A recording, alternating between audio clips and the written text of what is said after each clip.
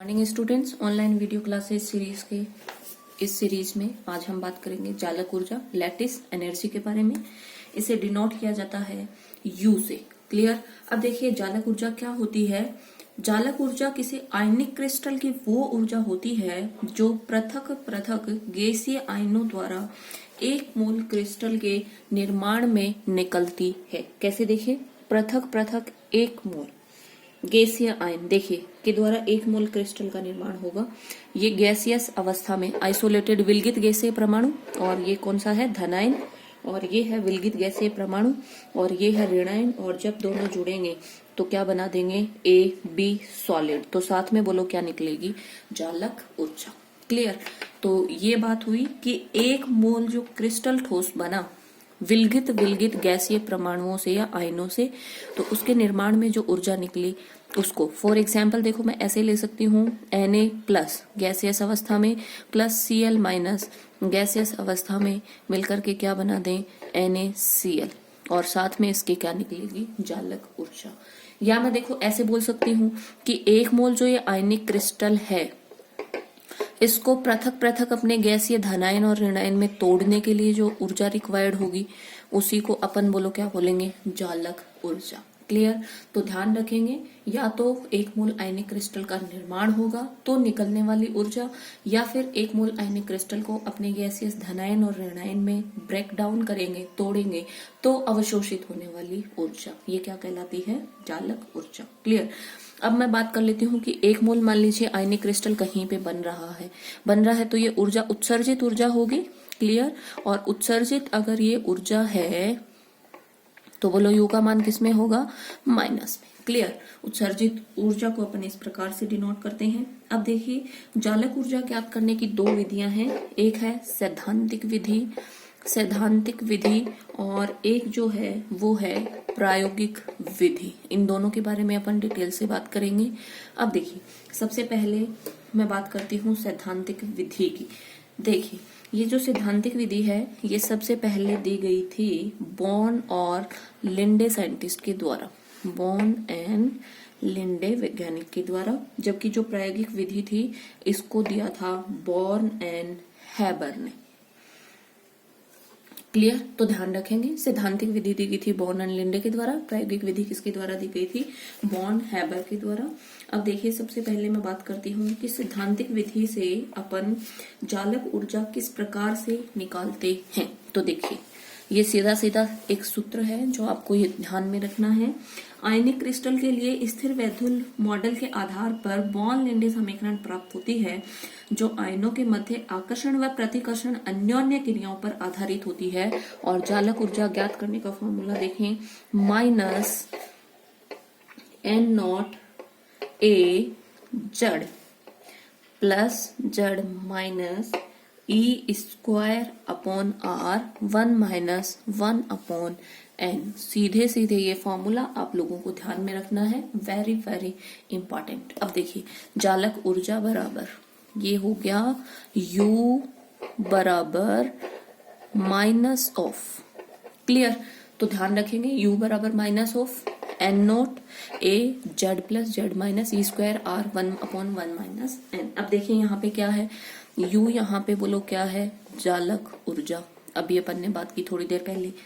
N0 यहाँ पे बोलो क्या है, आवोगाद्रो स्थिरांक, और इसका मान फिक्स होता है, बोलो कितना होता है, 6.02 गुणा 10 की घात 23 मोल इनवर्स।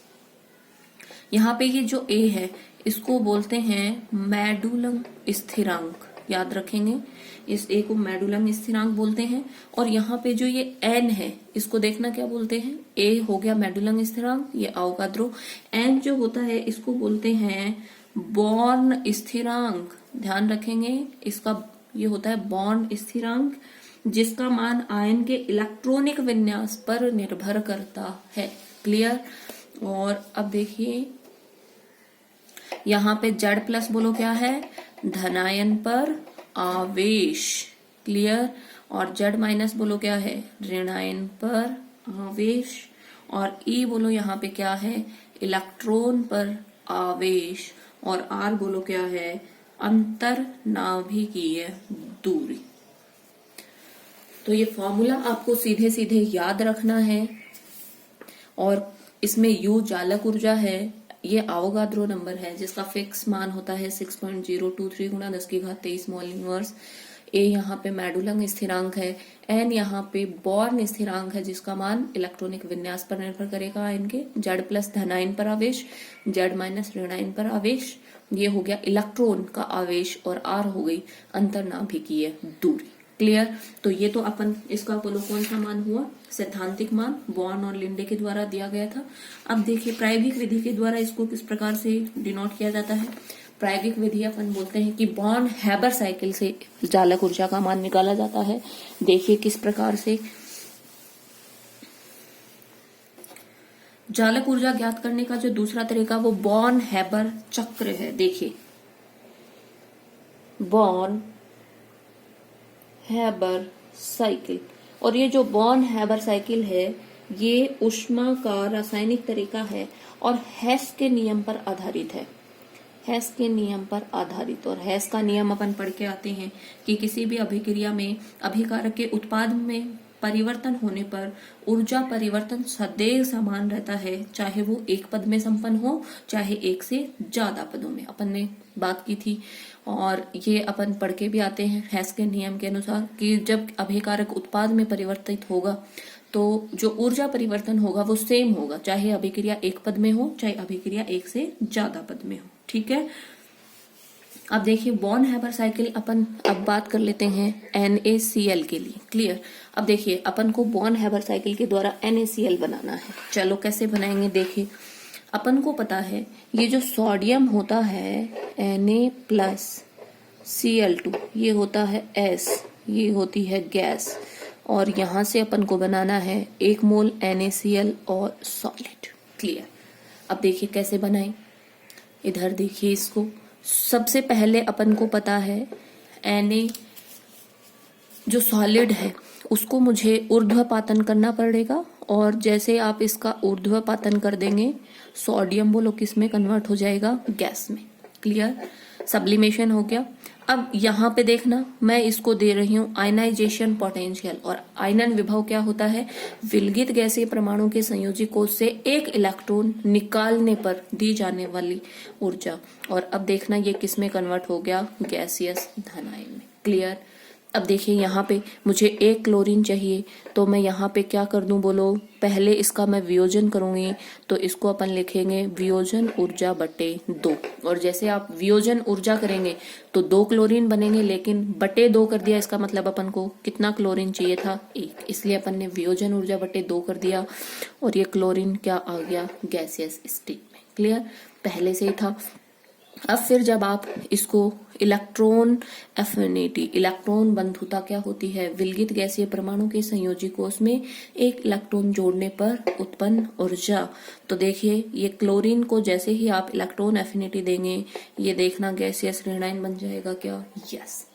तो यहाँ पे मैंने वियोजन ऊर्जा करते ही तो क्लोरीन डिसोशिएट होगा, 2 क्लोरीन निकलेंगे, लेकिन अपन को कितना चाहिए, 1, इसलिए मैंने क्या कर दिया, डिवाइडेड बाय 2। क्लियर। और अब देखिए ये गैसियस धनायन और ये गैसियस ऋणायन जब दोनों आपस में जुड़ेंगे तो 1 मोल किस क्या बनेगा, NaCl, लेकिन जो ऊर्जा निकलेगी उसको बोलो क्या बोलेंगे, चालक ऊर्जा। ध्यान रखेंगे। क्लियर। तो अब देखिए ये तो मेरा हुई चालक ऊर्जा। अब मान लीजिए मैं इसकी संवहन एंथैल्पी लिखूं, तो देखो मैं कैसे लिख सकती हूं, इधर देखिए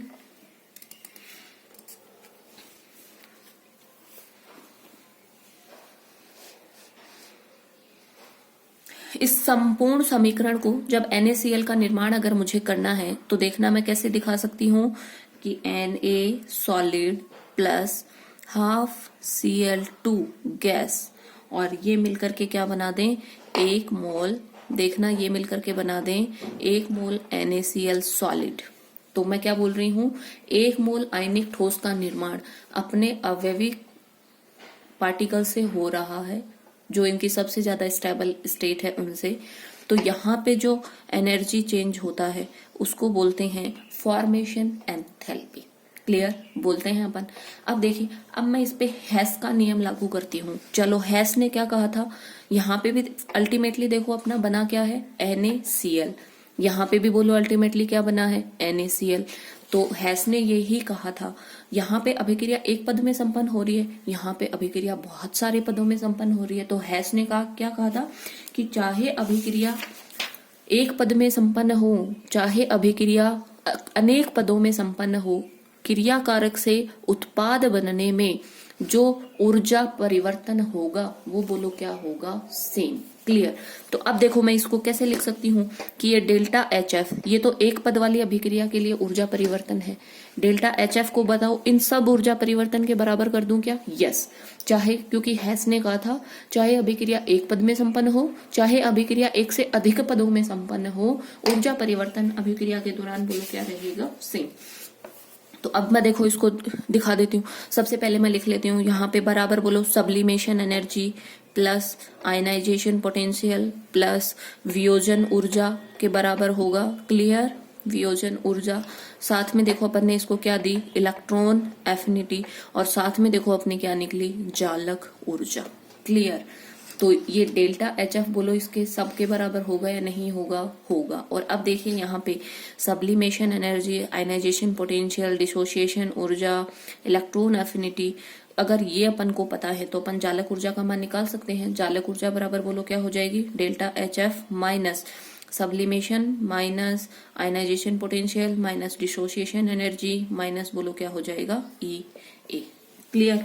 तो यहां से अपन इन सब की वैल्यूज को निकाल सकते हैं। और जब आप NaCl के लिए वैल्यू कैलकुलेट करते हैं तो जालक ऊर्जा का मान आता है 758.7 किलो जूल पर मोल। और माइनस का मतलब बोलो क्या है, यहाँ पे ऊर्जा जो है वो कैसी है, उत्सर्जित ऊर्जा। और यही अपन ने कहा था कि एक मोल आयनिक क्रिस्टल के बनने में जो ऊर्जा उत्सर्जित होगी, और जब NaCl बनेगा तो देखना कितनी ऊर्जा रिलीज होगी, 758 किलो जूल पर मोल। और ये अपनी बोलो क्या आएगी, जालक ऊर्जा। ऐसे ही आप MgCl2 के लिए, MgO के लिए या फिर Na2O के लिए बॉन्ड हैबर साइकिल क्या कर सकते हैं, निकाल सकते हैं। क्लियर। अब देखिए ये जो मेरी जालक ऊर्जा है इसको प्रभावित करने वाले कारक कौन कौन से हैं वो और देख लीजिए। सबसे पहले है आयनों का आमाप। तो आयनों का आमाप देखिए, आयनों का साइज, तो आयनों का आमाप जितना अधिक होगा जालक ऊर्जा का मान उतना ही कम होगा, इनवर्सली प्रोपोर्शनल हो जाएगा R। क्लियर। ये अपन ने देखा भी था जब वो अपन ने बॉर्न लिंडे समीकरण देखी थी वहां पे। तो साइज या बोलूं अंतर्नाभिकीय दूरी का मान जितना ज्यादा जालक ऊर्जा का मान उतना ही क्या हो जाएगा, कम। आयनों पर आवेश के क्या होती है, डायरेक्टली प्रोपोर्शनल। क्लियर। जितना अधिक आवेश होगा जालक ऊर्जा का मान उतना ही ज्यादा होगा। सहसंयोजी गुण देखिए, यदि बंध में सहसंयोजी गुण होंगे ज्यादा तो जालक ऊर्जा के मान में बोलो क्या आएगी, कमी। क्लियर। तो मैं लिख देती हूं इनवर्सली प्रोपोर्शनल बोलो किसके होगी, सहसंयोजी गुण। क्लियर। तो ये थे कुछ फैक्टर्स जो जालक ऊर्जा को बोलो क्या करते हैं, प्रभावित। Thank you.